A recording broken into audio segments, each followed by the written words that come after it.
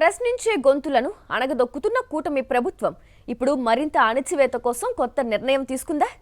ప్రభుత్వ అవినీతి, దోపిడీ, అరాచకాలను ప్రశ్నించే వాళ్లను బెదిరించడానికి కొత్తగా ఓ వ్యవస్థను తేవాలని నిర్ణయించిందా? వైఎస్ఆర్ కాంగ్రెస్ పార్టీ నాయకులు, సోషల్ మీడియా యాక్టివిస్టులు, వామపక్ష ప్రజా సంఘాల నేతలను టార్గెట్ చేయడానికి టాస్క్ ఫోర్స్ తేనుందా? ముఖ్యమంత్రి చంద్రబాబు అధ్యక్షతన ఏపీ కేబినెట్ సమావేశం జరిగింది. ఈ కేబినెట్ భేటీకి డిప్యూటీ సీఎం పవన్ కళ్యాణ్ గైర్హాజరయ్యారు. గతంలో 2 సార్లు కేబినెట్ సమావేశాల నుండి మధ్యలోనే వెళ్లిపోయిన పవన్ కళ్యాణ్ ఈసారి పూర్తిగా గైర్హాజరయ్యారు. ముంబైలో శస్త్రచికిత్స కోసం వెళ్తున్నందున పవన్ కళ్యాణ్ కేబినెట్కు హాజరు కాలేదు అని జనసేన వర్గాలు చెబుతున్నాయి. అయితే గురువారం రాత్రి వరకు deputy CM Pawan Kalyan Janasena party సమావేశాలు నిర్వహించారు. కానీ శుక్రవారం ఉదయం కేబినెట్కు మాత్రం హాజరు కాకపోవడం రాజకీయ వర్గాలలో చర్చనీయాంశంగా మారింది. పవన్తో పాటు మరో 4 మంత్రులు కూడా కేబినెట్కు హాజరు కాలేదు.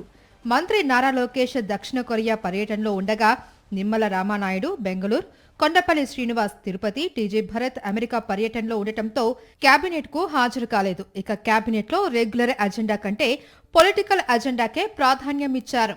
సోషల్ మీడియా యాక్టివిస్టులను అణగదొక్కేందుకు కొత్తగా టాస్క్ ఫోర్స్ ఏర్పాటు చేయాలి అని నిర్ణయించారు. ఒక రాష్ట్ర స్థాయి సోషల్ మీడియా రెస్పాన్స్ సెల్ను ఒకటి ఏర్పాటు చేయమని చెప్పారు. అదేవిధంగా సోషల్ మీడియా దుర్వినియోగం జరుగుతున్నట్లు ఆరోపణలు పరిష్కరించడానికి రాష్ట్ర స్థాయి టాస్క్ ఫోర్స్ కూడా ఏర్పాటు చేయమని చెప్పడం జరిగింది. రాష్ట్రంలో ప్రభుత్వాన్ని విమర్శించి ప్రభుత్వ లోపాలను ఎత్తి చూపే సోషల్ మీడియాను పూర్తిగా అణగదొక్కాలి అనే లక్ష్యంతో కేబినెట్ ఈ నిర్ణయం తీసుకోవడంపై విమర్శలు వెల్లువెత్తుతున్నాయి. స్వయంగా డీజీపీ కేబినెట్ సమావేశానికి వచ్చి సోషల్ మీడియా కేసులపై ప్రజెంటేషన్ ఇచ్చారు. ఇప్పటికే దేశంలో ఏ రాష్ట్రంలో పెట్టనన్ని కేసులు సోషల్ మీడియా యాక్టివిస్టులపై చంద్రబాబు ప్రభుత్వం పెట్టింది. 100 మందిని జైలుకు పంపేందుకు ప్రయత్నించింది. 2 ఏళ్ల పదవీ కాలం ముగిశాక ప్రజలకు చేసిన మోసంపై నిత్యం సోషల్ మీడియాలో చర్చ సాగుతుంది. మరోవైపు టీడీపీ నేతలు చేస్తున్న అరాచకాలు, కబ్జాలు, దాడులు, బెదిరింపులపై కూడా సోషల్ మీడియాలో సామాన్యులు, ప్రతిపక్ష పార్టీ నేతలు ప్రశ్నిస్తూ ఉన్నారు. నిజాలను జీర్ణించుకోలేక అసహనంతో ప్రభుత్వం ఇప్పుడు సోషల్ మీడియాను అణగదొక్కడానికి టాస్క్ ఫోర్స్ ఏర్పాటు చేయాలి అని నిర్ణయించడంపై మాజీ మంత్రి అంబటి రాంబాబు మండిపడ్డారు. అంత సిగ్గుమాలిన పని అనేది. ఒక పోలీస్ కానిస్టేబుల్ తల పగిలి ప్రాణాపాయ స్థితి నుంచి బయటపడితే దాని మీద కేసు పెట్టరు.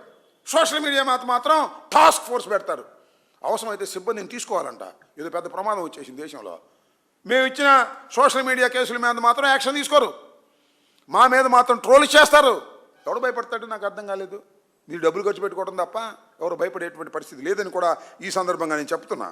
ఎన్ని టాస్క్ ఫోర్స్లు ఏర్పాటు చేసినా, ఎంత వేధించినా ప్రభుత్వాన్ని ప్రశ్నించడం మానేది లేదు అని వైఎస్ఆర్సీపీ స్పష్టం చేసింది. మరిన్ని అప్డేట్స్ కోసం ఛానల్ ను సబ్స్క్రైబ్ చేయండి. నోటిఫికేషన్స్ కోసం బెల్ ఐకాన్ పై క్లిక్ చేయండి.